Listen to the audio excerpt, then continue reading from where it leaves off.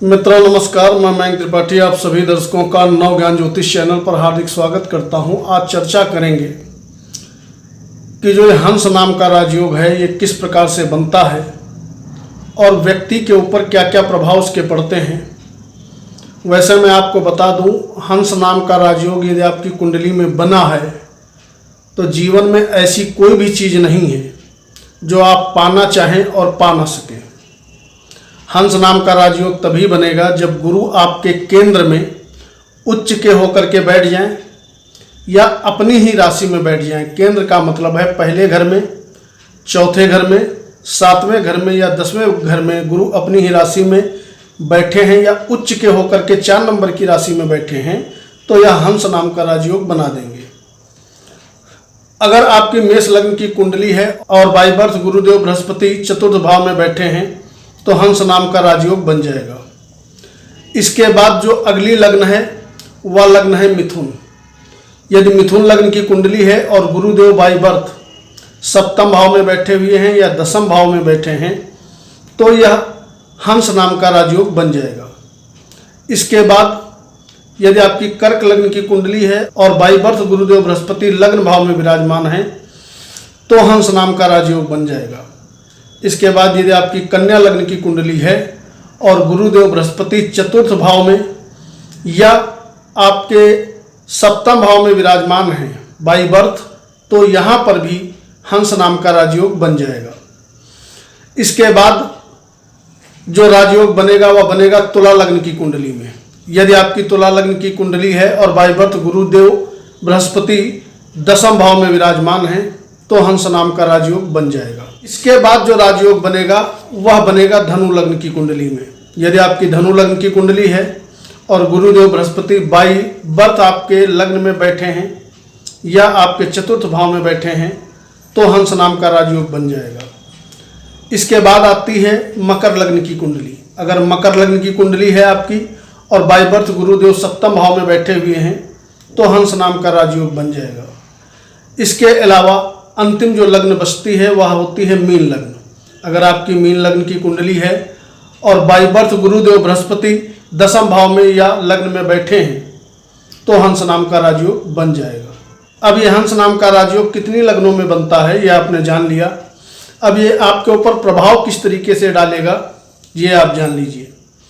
अगर लग्न में गुरुदेव 9 नंबर में या 12 नंबर की राशि में या 4 नंबर की राशि में बैठे हैं तो यहाँ पर ऐसे व्यक्तियों को जीवन में अपार सफलताएं मिलती हैं। दैवी कृपा से जातक के पास जीवन पर्यंत धन आता रहता है।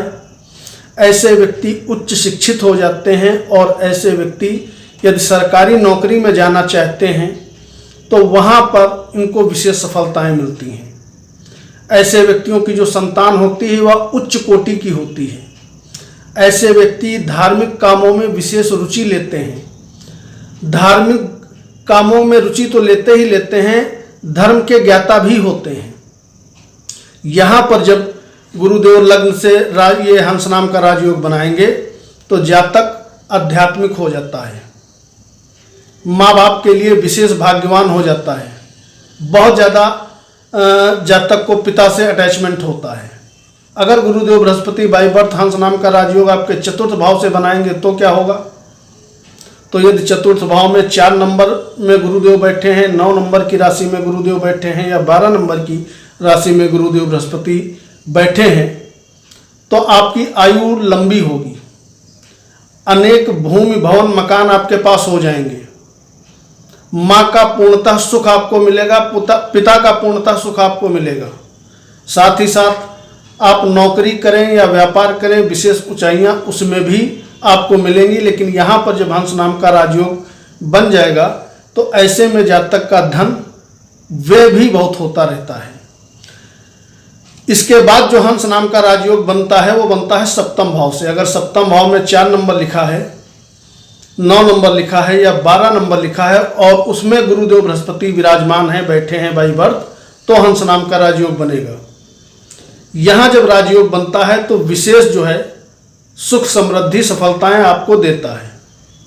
यहाँ पर जब गुरुदेव बैठते हैं सप्तम भाव में तो इनकी एक दृष्टि जाती है आपके लाभ स्थान पे। आपके पास धन जीवन में कभी भी कम नहीं पड़ेगा। जब जितने धन की आवश्यकता होगी आपको मिल जाएगा। ऐसा व्यक्ति पराक्रमी हो जाता है।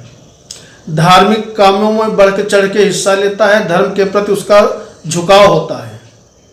चेहरे से उसके ज्ञान झलकता है, ज्ञानी होता है। यहां पर जब राजयोग बनता है तो कहीं ना कहीं पत्नी से और ससुराल से भी जातक को खूब धन मिलता है। पत्नी जातक की जो है वह भी धार्मिक होती है, कदम से कदम मिला करके चलने वाली होती है। इसके बाद जो अंतिम राजयोग हंस नाम का बनता है वह बनता है दशम भाव से। अगर दशम भाव में 4 नंबर की राशि लिखी है या 9 नंबर लिखा है या आपका 12 नंबर लिखा है तो आप जान जाइए कि हंस नाम का राजयोग बना हुआ है। यहां पर जब राजयोग बनता है तो ऐसा व्यक्ति उच्च पद की प्राप्ति करता है। समय समय पे उसका खूब प्रमोशन होता रहता है। जातक माता और पिता का भक्त होता है। जातक अनेक तरीके से धन अर्जन करता है। वाणी में उसके ज्ञान आ जाता है। वाणी के प्रयोग से भी ऐसा जातक खूब धनार्जन करता है। कुटुंब परिवार का पैतृक संपत्ति का जातक को खूब लाभ मिलता है। भूमि भवन मकान अनेक जातक के पास होते हैं। किंतु जब दशम भाव से गुरुदेव बृहस्पति हंस नाम का राजयोग बनाते हैं तो थोड़ी दिक्कत उत्पन्न करते हैं। ऐसे व्यक्तियों के शत्रु बहुत ज़्यादा होते हैं। शत्रु बेशुमार होते हैं। हालांकि वो कुछ कर नहीं पाते हैं, वो अलग चीज़ है, लेकिन शत्रु बनते खूब हैं। हंस नाम का राजयोग यदि आपकी कुंडली में बन जाए तो जीवन में ऐसी कोई चीज़ नहीं है जो आप पाना चाहें और प्रयत्न करें आपको न मिले। आप हर प्रकार की चीज़ें प्राप्त कर सकते हैं। अब कुछ लोगों के दिमाग में ये आएगा कि तुला लग्न में और मकर लग्न में हमने हंस नाम का राजयोग बता तो दिया, लेकिन यहाँ पर गुरुदेव बृहस्पति सर्वथा अकारक होते हैं। तो मैं आपके जानकारी के लिए बता दूं, गुरुदेव बृहस्पति अकारक हो या कारक, कोई भी ग्रह जब अपनी राशि में बैठता है या मित्र की राशि में बैठता है या उच्च की राशि में बैठता है तो वहाँ पर नुकसान नहीं करता है। और गुरुदेव बृहस्पति और गुरुदेव शुक्राचार्य यानी कि शुक्र, ये कहीं पर भी बैठे हों, भले ही शत्रु राशि में बैठे हों, वहाँ पर ये नुकसान नहीं करते हैं जब तक विशेष पीड़ित ना हो तब तक। ये जहाँ पर भी देखेंगे वहाँ पर उस जगह की वृद्धि कर देंगे, भले ही वह शत्रु की राशि क्यों न हो। तो यदि आपकी कुंडली में हंस नाम का राजयोग बना हुआ है, भले ही वह तुला लग्न हो और मकर लग्न हो, आप यकीन मानिए यह आपको विशेष ऊंचाइयां देगा। अब कई बार यह भी देखा गया है कि हंस नाम का राजयोग बना तो है कुंडली में, लेकिन पूर्णतः जातक को सुख समृद्धि नहीं प्राप्त हो रही है। ऐसा तभी होगा जब गुरु के दोनों तरफ पापी ग्रह बैठ जाएं, यानी कि गुरुदेव पाप कत्री योग में हैं और ऊपर से किसी पापी ग्रह की दृष्टि भी गुरुदेव बृहस्पति के ऊपर है।